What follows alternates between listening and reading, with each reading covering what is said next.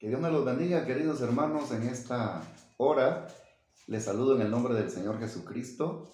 Y estoy grabando este video, hermanos, por la razón de que hoy, jueves, por la noche, corresponde el estudio doctrinal que estamos dando a la iglesia acá, amigos de Quesaltepeque. Sin embargo, esta semana es semana de oración y por ello la clase se suspende. De manera que por esa causa, pues yo decidí grabar la clase para que usted pueda, a través del grupo que tenemos de la iglesia, escuchar la clase. Así que les quiero animar para que ustedes se tomen un tiempo y puedan acompañarme en este estudio, no muy largo, pero aprovechar de esta manera el día de hoy para compartirles la clase doctrinal que estamos realizando los jueves por la noche. Hoy va a ser culto de oración, no va a haber clase, pero quisiera compartirles a través del video el estudio que corresponde a hoy jueves.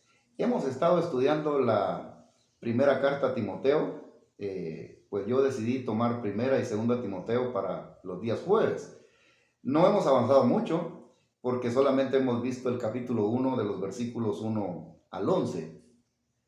En estos versículos nos hemos tardado unas 3 clases, así que vamos despacio, pero aprovechando el tiempo para estudiar y escudriñar detenidamente las Escrituras.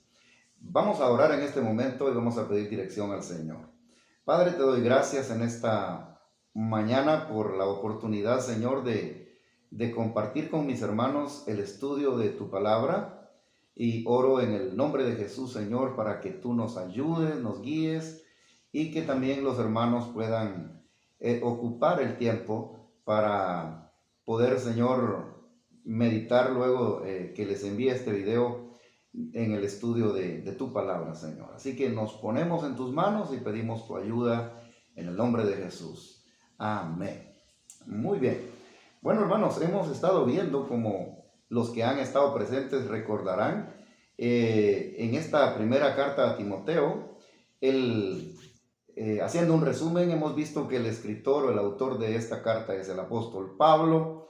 Los destinatarios, o más bien el destinatario es Timoteo. Hablamos ya acerca de Timoteo, cómo Pablo lo encontró en uno de sus viajes predicando la palabra de Dios, escuchó de su buen testimonio, lo llevó consigo, lo capacitó, lo preparó y luego lo deja en una iglesia como pastor, específicamente en la iglesia de Éfeso. Eso está ahí en el verso 3 del capítulo 1. Timoteo se queda ahí como pastor. Luego, después, el apóstol Pablo le escribe a Timoteo estas 2 cartas. Dijimos que estas cartas son instructivas hacia Timoteo. En la mayoría de cosas que le escribe enseñándole, orientándole cómo debe pastorear la iglesia. También vimos que el propósito de estas 2 cartas, al escribirlas Pablo a Timoteo, pues es el de que Timoteo, como lo dice en el versículo 3, no le permita a algunos.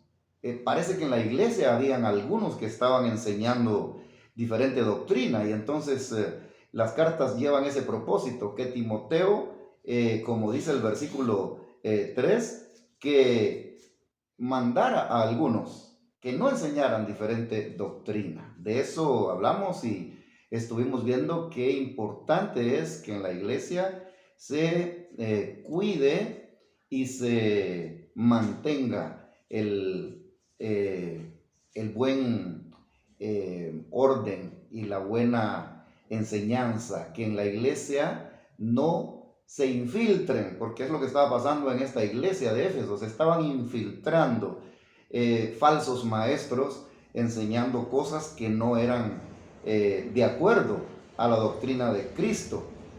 Y entonces Timoteo tiene que estar ahí en la iglesia pues reprendiendo, porque en el contexto de todas las dos cartas, vamos a ver eso, que Timoteo tenía que reprender, tenía que confrontar a las personas que estaban enseñando diferente doctrina. Y creo que es un punto muy importante porque esto nos da autoridad también a nosotros hoy en la iglesia para confrontar, para mandar a algunos que no enseñen si es que están enseñando doctrinas diferentes a lo que la palabra del Señor nos enseña. Así que ese fue el propósito de Pablo, que Timoteo no permitiera que se infiltraran falsas enseñanzas. En el versículo 4 de este capítulo vimos ya que Pablo le está diciendo a Timoteo que no permita que los hermanos de la iglesia le pongan atención a fábulas y a genealogías. Vimos esos dos términos, vimos a qué se refería, así que no voy a abundar en eso, pero nada más quiero decir que en la iglesia de Éfeso, algunos estaban, en vez de compartir la palabra y enseñar la palabra de Dios, estaban inclinándose a cuentos, a historias o a leyendas, a mitos de aquel tiempo, y estaban haciendo a un lado la palabra de Dios. Y es lo que Pablo le dice a Timoteo: no lo permitas. Y eso es lo que no tenemos que permitir, que cambiemos la palabra de Dios por cuestiones que no tienen fundamento bíblico, por visiones, sueños o cosas que supuestamente alguien dice que Dios le dijo. Pero si no va de acuerdo a la doctrina de las Escrituras, no podemos ponerle atención, no debemos ponerle atención. Al contrario, tenemos que tratar de evitar que eso esté sucediendo. Y en el propósito del que estamos hablando, incluso Pablo le dice a Timoteo en el verso 5 que el propósito de este mandamiento es el amor nacido de corazón limpio y también y de buena conciencia. Y hablábamos acerca de que es increíble e impresionante cómo muchos hoy están enseñando falsas doctrinas y metiéndolas en las iglesias y no tienen cargo de conciencia. Están insensibles, se les ha cauterizado la conciencia, que dicen cualquier barbaridad, enseñan cualquier tontería y como que nada malo están haciendo. El propósito de este mandamiento de evitar que se metan falsas doctrinas en la iglesia viene de un corazón limpio, porque tenemos que tener delante de Dios un corazón limpio y la conciencia tranquila, porque estamos enseñando la palabra de Dios, estamos enseñando lo que el Señor nos manda en su palabra, y por lo tanto podemos dormir tranquilos si estamos haciendo y estamos enseñando lo que Dios manda en su palabra. Muy bien, hoy vamos a leer entonces, más o menos en un resumen, ya dije lo que hemos estado estudiando por tres jueves consecutivos. Ahora vamos a leer los versículos 12 al 20, que correspondería al estudio de hoy. En capítulo 1 de Primera de Timoteo, versículos 12 al 20. Para ahorrar un poco de tiempo, nada más voy a ir leyendo y comentando al mismo tiempo. En el verso 12, Pablo dice: doy gracias al que me fortaleció, a Cristo Jesús nuestro Señor, porque me tuvo por fiel, poniéndome en el ministerio, habiendo yo sido antes blasfemo, perseguidor e injuriador, mas fui recibido a misericordia porque lo hice por ignorancia, en incredulidad. Me detengo aquí en estos dos versículos. En estos dos versículos Pablo está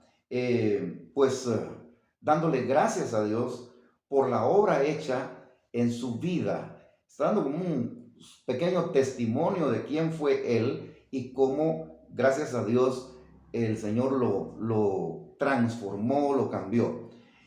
Pablo, como ya todos sabemos, los que hemos estudiado y leído la Biblia, era antes perseguidor, como dice acá. Él era perseguidor de la iglesia. Incluso en este pasaje, en el verso 13, Pablo dice que él era blasfemo. Parece ser entonces que Pablo, en su rigor religioso y en su vida fuera de la voluntad de Dios, se atrevió incluso a hablar en contra del mismo Señor Jesucristo y a proferir palabras blasfemas. Es posible también que Pablo tenga en su mente que cuando él perseguía a la iglesia, él obligaba a los cristianos a negar a Cristo y en ese sentido se convirtió en un blasfemo.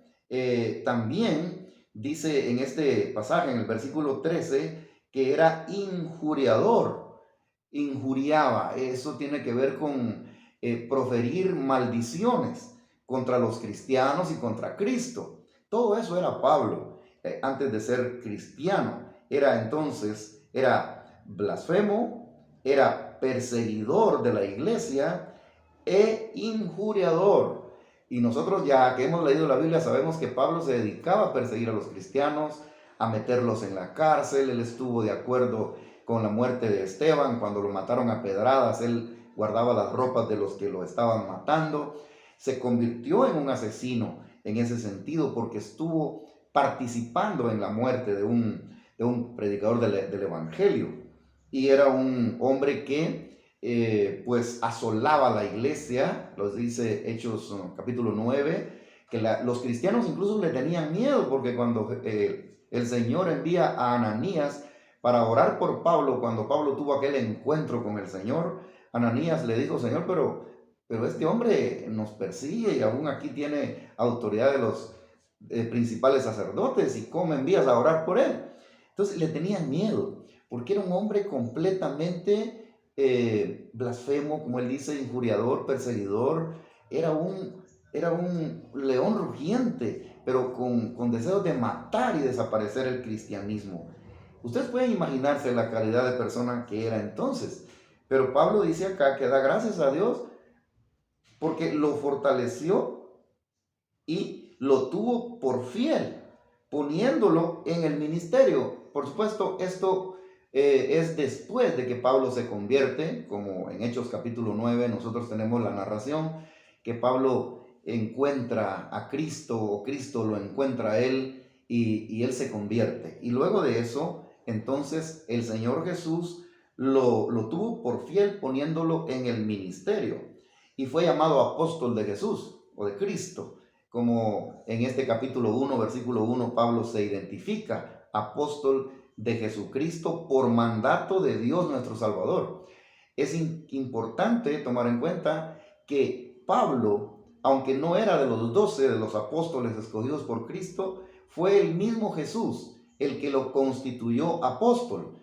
Y en otras cartas él dice que no es apóstol de hombre ni por hombre, dando a entender que a él no lo nombró una persona, sino que fue el mismo Señor Jesús cuando se le apareció.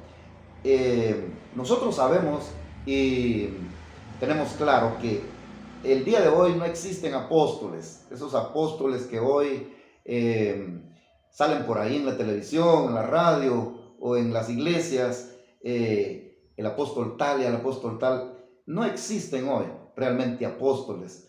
Los apóstoles a los que se refiere la Biblia son a los que Jesús nombró cuando él estuvo aquí en la tierra. Y a Pablo, que como él mismo dice en 1 Corintios capítulo 15, que como a un abortivo se le apareció Cristo a él, eso quiere decir fuera de tiempo, y lo nombró apóstol. Pablo fue nombrado por Cristo. No lo nombró ni el apóstol Pedro, ni el apóstol Juan, ni Jacobo. No, lo nombró Cristo. Y él lo deja muy claro en sus cartas. Es como una excepción. Jesús escoge a 12, luego que muere Judas, nombran al que tomó su lugar, pero luego de eso Jesús mismo nombra a este hombre, al apóstol Pablo.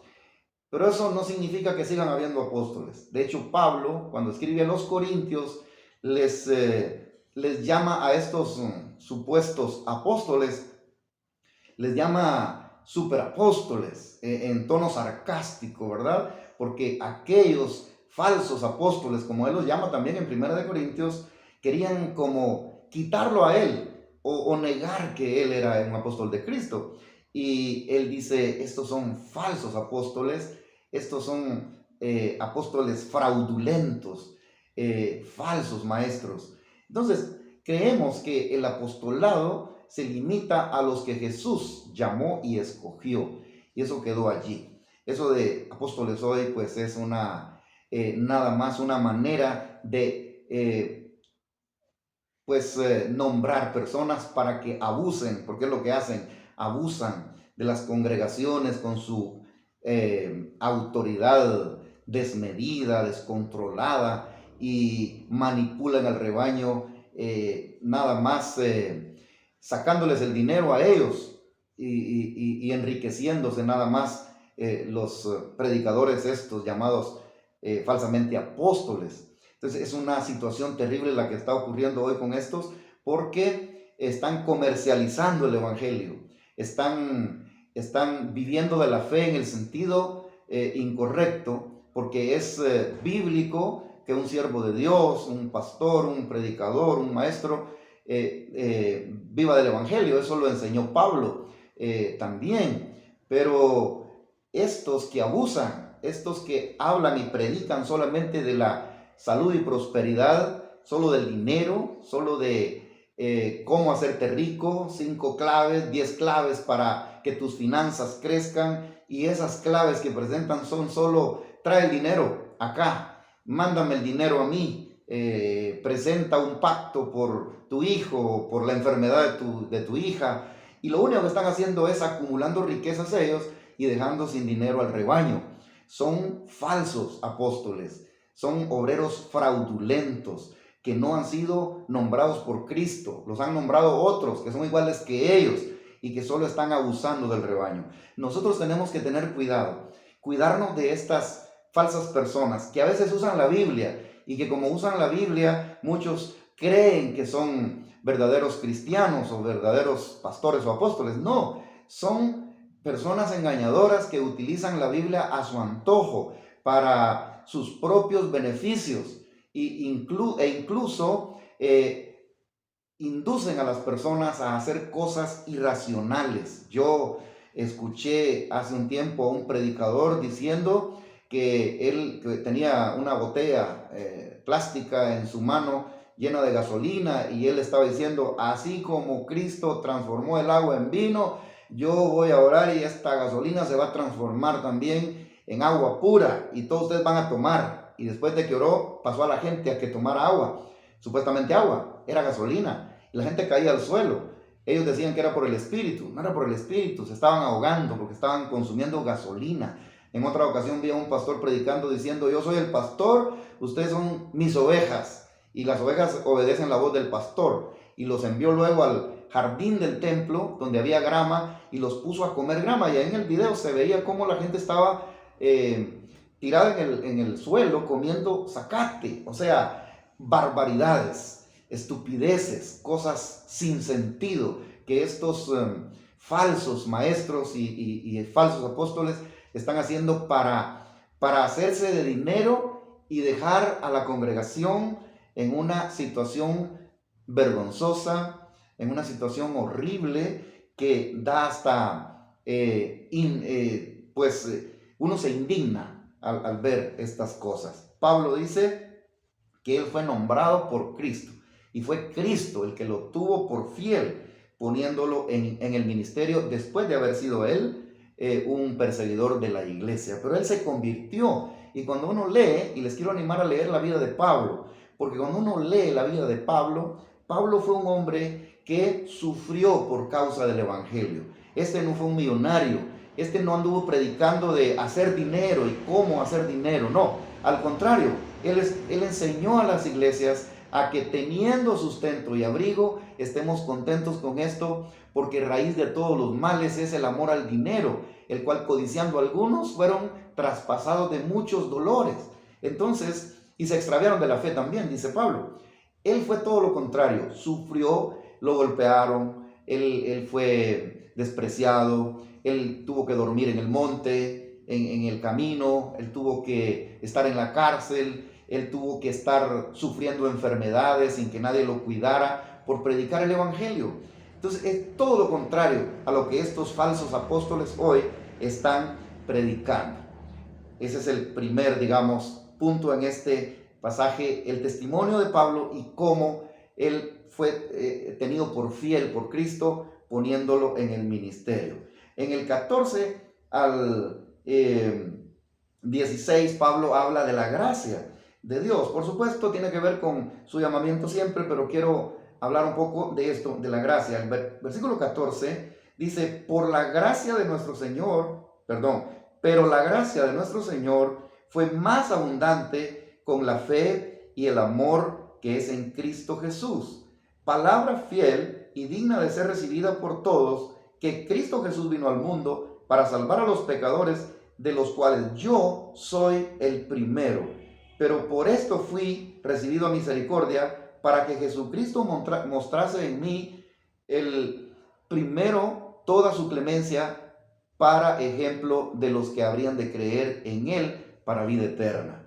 Ahora Pablo está hablando de la gracia de Jesús, que fue la gracia de Cristo la que lo llamó, lo nombró, y lo que él hizo en el ministerio no fue de él, sino fue la gracia de Dios con él. Y esto es algo muy importante, porque también tenemos que tomar en cuenta, hermanos, que todo lo que hacemos en la obra del Señor, ya sea pastor, ya sea predicador evangelista, ya sea maestro, ya sea usted un líder de la iglesia, un miembro del concilio o un miembro de algún ministerio en la iglesia, todo lo que hacemos nosotros lo hacemos por la gracia de Dios, no es por nosotros mismos.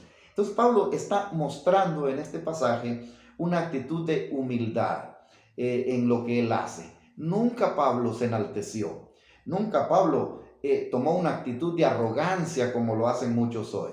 Mucha arrogancia, mucha actitud de autoridad abusiva, mucha actitud de vanagloria en muchos predicadores y falsos apóstoles de hoy.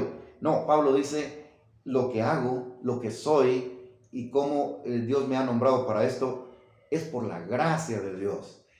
Y esta es una actitud de humildad que Pablo muestra siempre en sus cartas que escribe. Él fue un hombre humilde, fue sencillo, fue un hombre dispuesto a sufrir, dispuesto a todo. En algunas ocasiones, cuando lo trataban bien, pues Pablo dio gracias a Dios y recibió el buen trato que le dieron. Pero también en muchas ocasiones lo trataron mal, y también con gratitud Pablo aceptó los sufrimientos.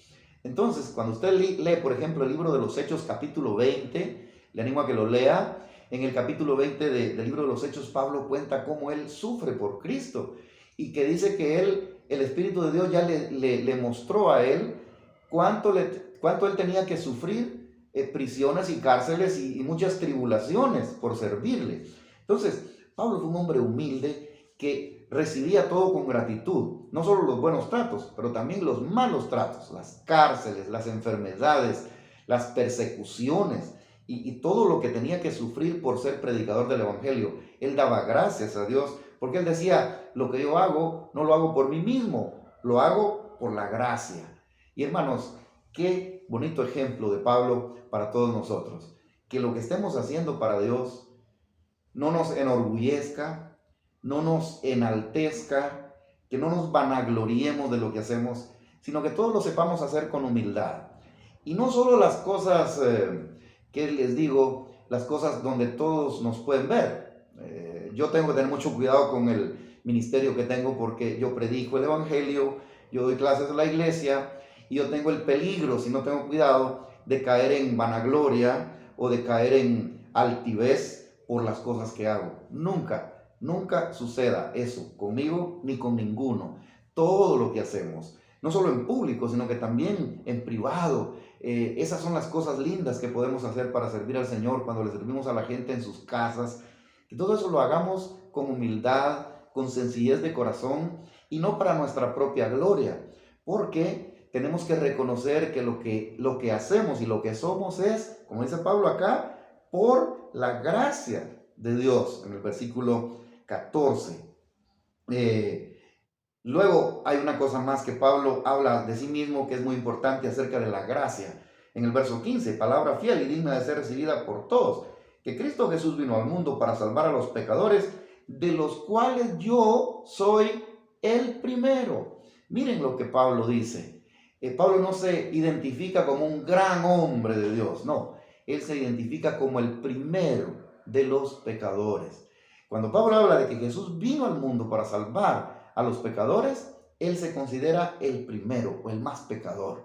Y es que, hermanos amados, todos somos pecadores, hemos nacido en pecado, crecemos pecando, y es hasta que Cristo se manifiesta en nuestra vida y viene a nuestro corazón y nos perdona, que por su gracia somos libres del pecado y somos siervos del Señor. Pero eso es por la gracia de Dios. Pero yo me considero, la idea que Pablo nos está dando acá es que nunca nos consideremos grandes personas, como muchos soy, ¿verdad? Que incluso predican un mensaje de autosuficiencia para ellos y para los que los están escuchando.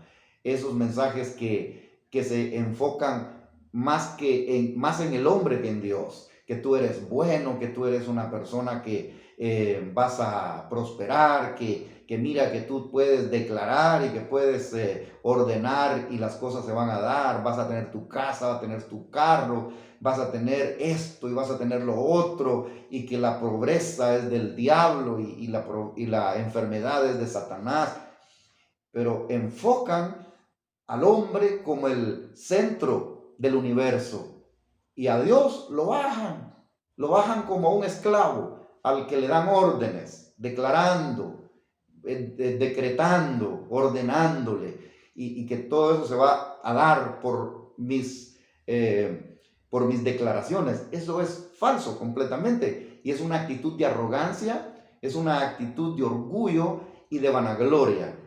Se está exaltando al hombre y se está bajando al Dios de los cielos a un esclavo. Y Dios no es un esclavo de nadie, por supuesto. Él es soberano, el Rey de reyes y Señor de señores, y a Él no le podemos ni le debemos ordenar nada.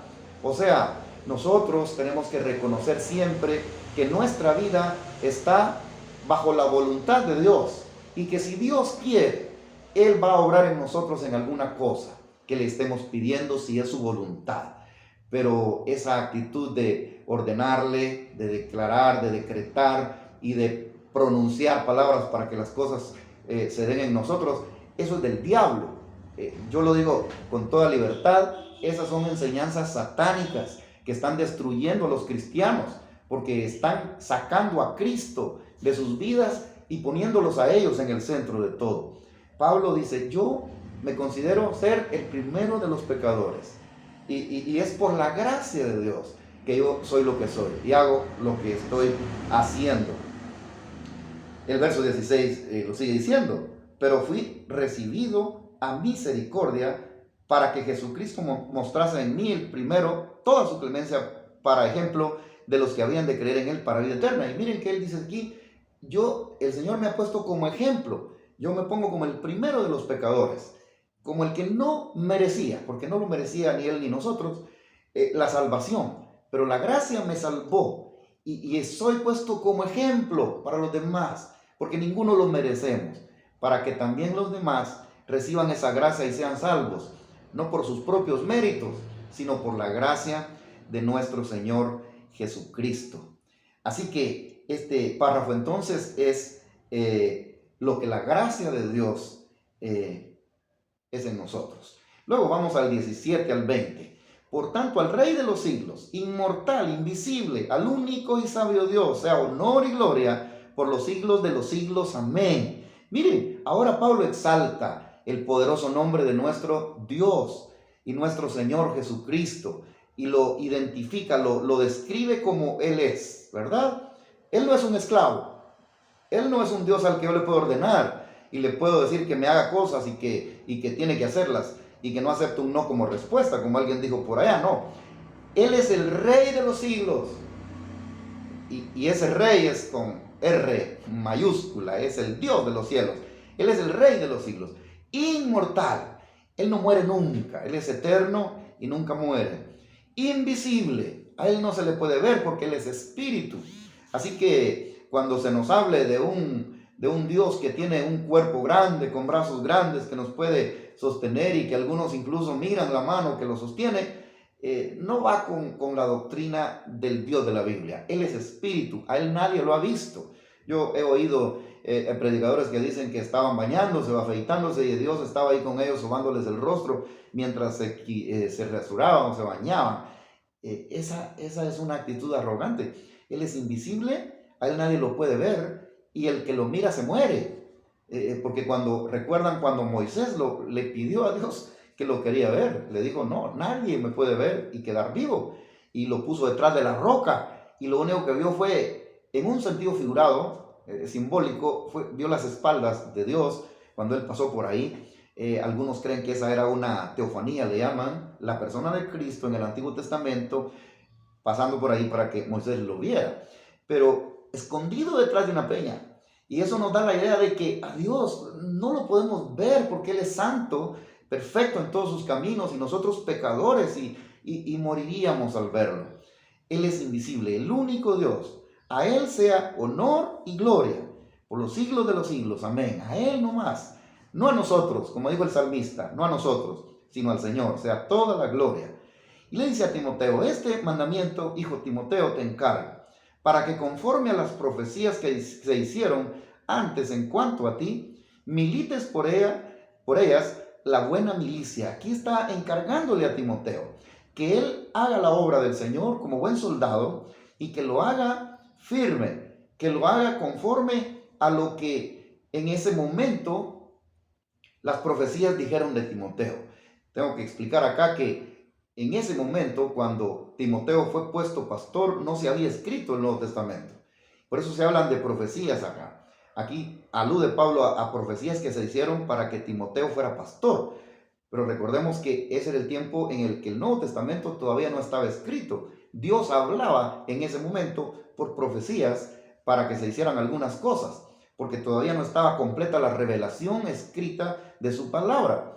Eso se daba en aquel tiempo. Y yo estoy firmemente convencido que eso ya no es para hoy. Hoy ya no existen esos tales profetas que hablan en nombre de Dios y lo único que saben profetizar es que Dios te va a bendecir, que Dios te va a dar dinero, te va a dar una casa, te va a dar esto y que el año próximo va a ser abundante y todo eso. Nunca hablan lo que los profetas del Antiguo Testamento hablaron.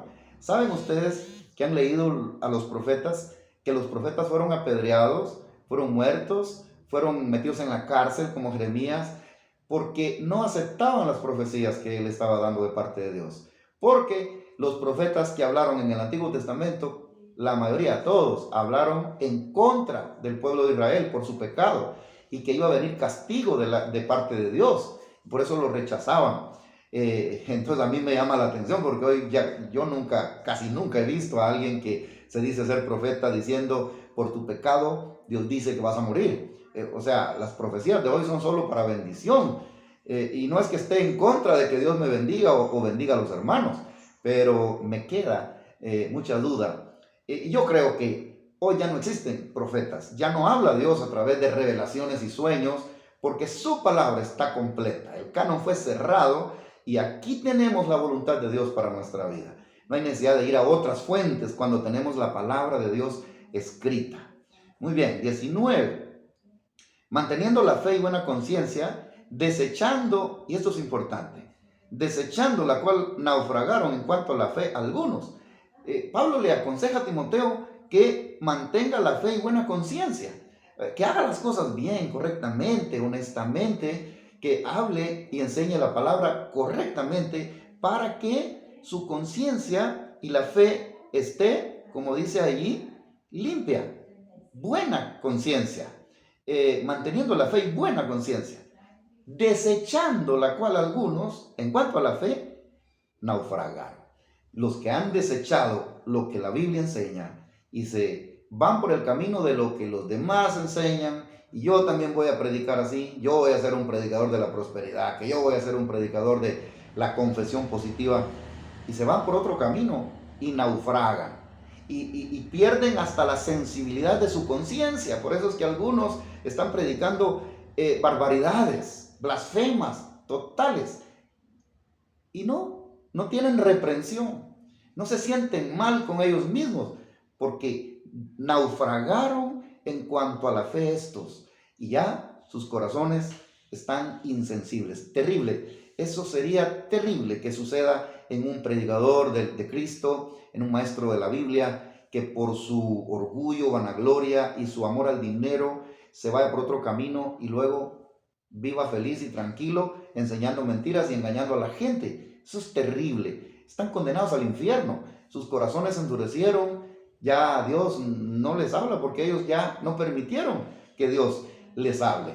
Entonces, que cada uno de nosotros no caigamos en ese error, que nos mantengamos humildes, que nos mantengamos en la palabra de Dios, porque a eso hemos sido llamados. Versículo 20, de los cuales, y aquí Pablo en este versículo hace alusión a dos personas, de los cuales son Himeneo y Alejandro, a quienes entregué a Satanás para que aprendan a no blasfemar. Fíjense que en este versículo que Pablo escribe acá, yo encuentro algo muy importante, porque casi siempre cuando uno habla de la manera que yo estoy hablando en este momento, en esta clase, hay mucha gente que dice, ¿por qué hacen eso? No hablen de la gente, no hablen de las demás iglesias, no hablen de predicadores, no, eso no, déjenlos, Dios los va a juzgar. Pues miren, yo en este versículo encuentro un fundamento. Pablo no solo habló, lo dejó por escrito para que todas las generaciones después de él lo estuviésemos leyendo. Dice, de los cuales, hablando de los falsos maestros, son Himeneo y Alejandro, a quienes dice, entregué a Satanás para que aprendan a no blasfemar. Es muy duro, ¿no? Eso lo dijo Pablo y no lo estoy diciendo yo, no lo he dicho nunca, yo no me he atrevido, pero Pablo, como con autoridad de Dios y con autoridad del Espíritu Santo, dice a Himeneo y Alejandro, los menciona por nombres.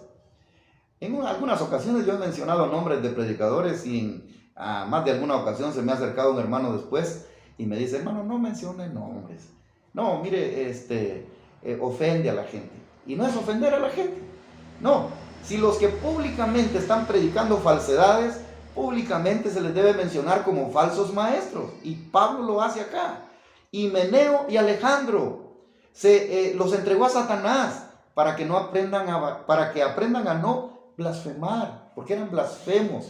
Y a los blasfemos, falsos maestros, falsos predicadores, hay que nombrarlos por nombre y con autoridad de la palabra de Dios. Y no es falta de amor.